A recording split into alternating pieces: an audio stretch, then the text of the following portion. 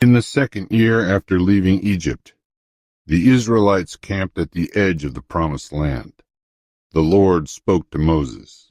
Send men to spy out the land of Canaan, which I am giving to the Israelites. From each tribe send one leader. And so 12 men were chosen, one from each tribe. Among them were Joshua son of Nun of Ephraim, and Caleb son of Jephunneh of Judah. Go up into the Negeb, then into the hill country.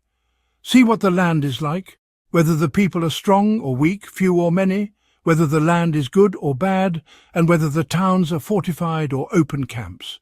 Be of good courage and bring back some of the fruit of the land.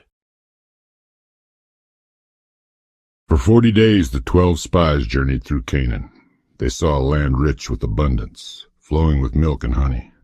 In the valley of Eshcol, they cut a single cluster of grapes so large it had to be carried on a pole between 2 men. They brought also pomegranates and figs, a testimony to the bounty God had promised.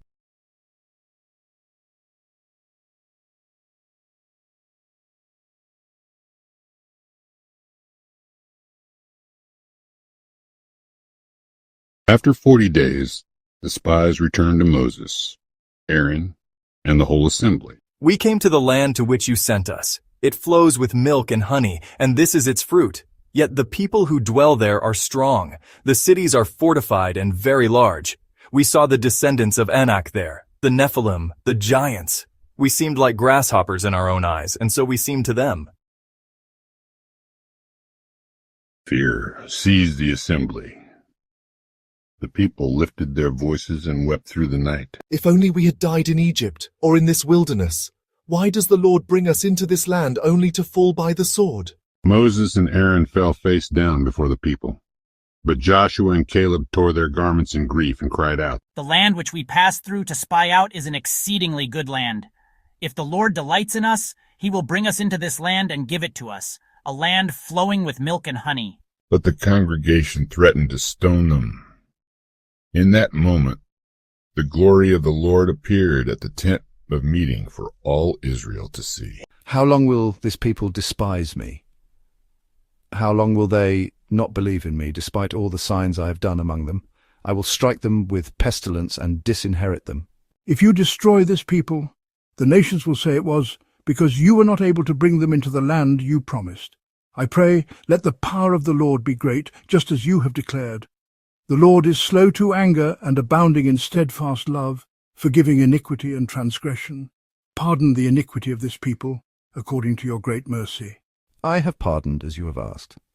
But truly none of the men who have seen my glory and the signs I did in Egypt and in the wilderness, yet have tested me these 10 times, shall see the land I swore to give to their ancestors.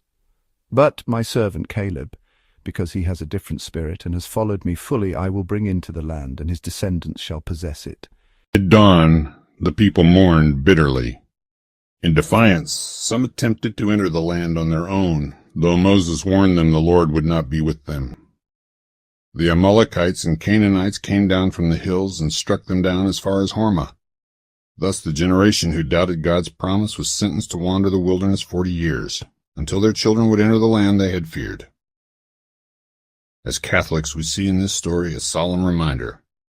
Trust in the Lord overcomes fear, and rebellion closes the way to his blessings. Let us hold fast to faith like Caleb and Joshua, believing that what God has promised, he is able to accomplish. If you found this reflection meaningful, please like, share, and subscribe for more Catholic Bible storytelling. And watch our playlist. The Bible is alive. To experience the Word of God brought to life.